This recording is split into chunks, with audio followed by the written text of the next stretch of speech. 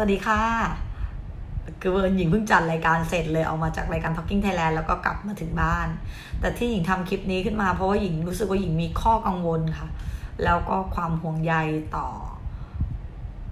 คดีหลายๆคดีที่เกิดขึ้นในประเทศไทยตอนนี้จริงๆหญิงว่าข้อกังวลของหญิงก็คงเป็นข้อกังวลของตรงกันกับพี่ๆเพื่อนๆหลายๆคนก็คือเราพูดถึงคำว่า2 มาตรฐานหญิงจะพูดอย่างนี้ค่ะ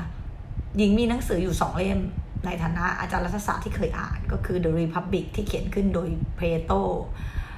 แล้วก็เสนอรูปแบบการปกครองที่ดีที่สุดหญิงเล่าสั้นๆใน The Republic เนี่ยเพโตเนี่ยมุ่งไปที่รูปแบบการปกครองที่ดีที่สุดเนี่ยจำเป็นต้องมี philosophy king ถ้าแปลเป็นไทยก็คือราชาปราชญ์ก็คือผู้ที่ปกครองแบบมีคุณธรรมแล้วก็มีความรู้เพราะเขาคิดว่าคนที่มีคุณธรรมและความรู้เนี่ยจะสามารถออกกฎหมายกฎเกณฑ์เพื่อให้รูปแบบการปกครองของรัฐนั้นนะเป็นไปเพื่อผลประโยชน์ของประชาชนส่วนใหญ่แต่เชื่อไหมคะเพโตเขียนหนังสือเล่มนี้ขึ้นมาเกือบครึ่งชีวิตจนบั้นปลายชีวิตเพโตไม่เคยเจอคนแบบนั้นค่ะคือไม่ได้เจอ philosophy king แล้วในหนังสือเล่มที่2ที่เขาเขียนขึ้นมาคือ The Law จึงเป็นการพูดถึงการมีระบบกฎหมายทำไมถึงพูดอย่างนี้เพราะระบบกฎหมายเนี่ยมันไม่ได้ยึดติดกับบุคคล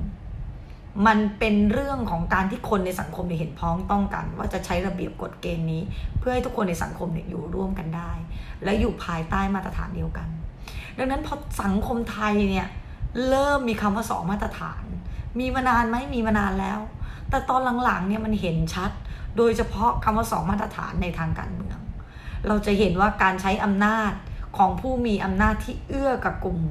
ของตนนั้นมันเด่นชัดมากตอนนี้หญิงถามว่าอย่างนี้มันจะเป็นยังไงล่ะมันก็เกิดความสั่นคลอนและ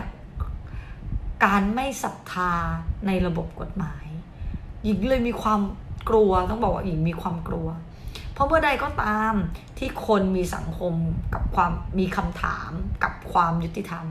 หญิงว่าสังคมนั้นเริ่มมีปัญหานะคะเริ่มมีปัญหาอันที่1อันที่2เนี่ย